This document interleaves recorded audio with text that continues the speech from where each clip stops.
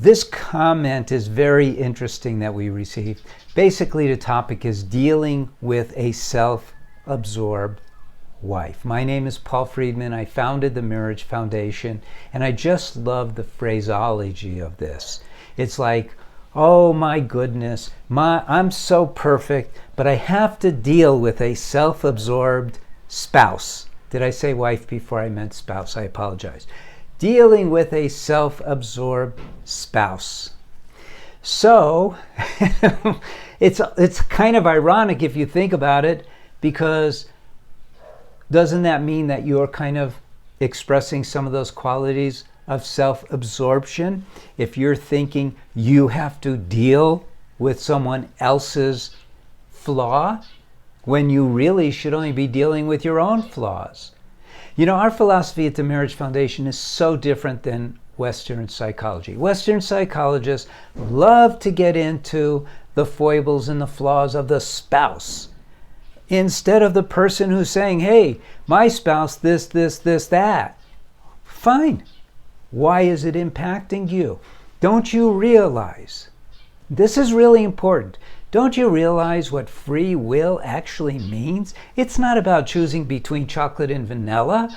It's not about choosing the right color. It's about controlling your mind. Life is much bigger than just flavors and colors. Life is all about evolution. You're a human being. You're supposed to be evolving. You're not supposed to just go through life and then die at the end. What will you have accomplished? Where are you going from here? Is that it? Are you a chicken stuck in a chicken coop? And you just live, lay eggs, and die and become soup? No, you're supposed to be evolving as a human being. If no one's ever told you that, let me be the first. We are designed for evolution. Everything around us is about evolution. And a human being is consciousness, a soul. You are designed to evolve, to leave your flaws behind, become a better human being, however it looks to you, by the way. Sure, there's scriptural dictates about what you should do and what you shouldn't do.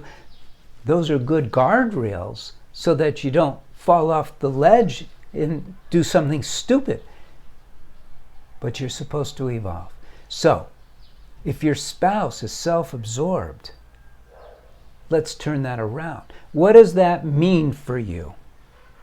That means that from your point of view, they're paying more attention to themselves than to you.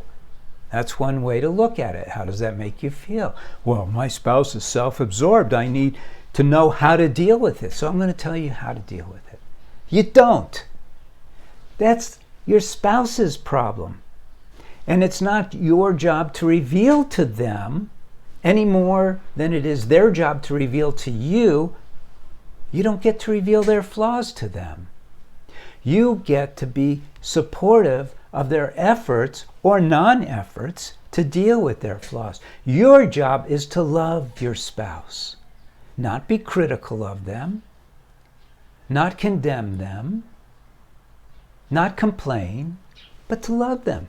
That's it. And that's top line. You're supposed to love them with all your heart, mind, and soul. Now, some of the prophets have said, that's what you're supposed to do with God. Hey, man, you're slipping that in there. Yes, I am slipping that in because it's the same thing. What's the difference? The whole idea is to learn how to love unconditionally.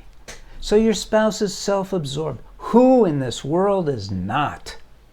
It's built into us because we have bodies. You're a soul, granted, you're a soul, but you have a body and you have a mind. And the physiology is all about self-preservation, isn't it? You know that that's true. The trouble is the only thing we learn about self-preservation is that it induces fight or flight. We don't learn about all the other ramifications. Well, this is one of those ramifications. This is the drive to survive in action. Being self-absorbed means I'm taking care of me. Okay, and maybe they're going too far in doing so. So step up, help take care of them.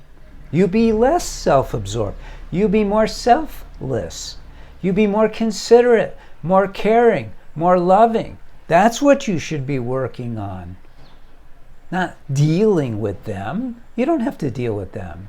When you see that they're behaving in a self-absorbed way, you tell your mind, hey, mind your own business, mind. You got plenty of flaws you need to work on before you start pointing out the flaws of your spouse. Look, the purpose of marriage is to live in this bubble of ever-increasing happiness, ever-increasing, expanding love. When you start getting into the flaws of your spouse, you are not doing that. Look, sign up for this channel. Learn as much as you can about marriage, this positive approach to marriage. That's what we have. If you really need help, get one of the books, get one of the courses. But it's on you to learn about marriage, to achieve ever-increasing happiness and ever-increasing love. That's the whole deal about marriage. And you're not achieving those. I know you're not, because no one ever taught us. Because the people who are supposed to be teaching us these things, they themselves don't know. So that's a whole nother video. Look, leave a like, leave a comment, ask a question, be my friend. I'm joking, kind of. I'm very happy to respond to questions left in the comment box. And we have a free service at the Marriage Foundation where you could get your particular question responded to by an expert. And the whole deal is about learning to love unconditionally. Enjoy, enjoy, enjoy. All right. Take care and thank you for your time. God bless.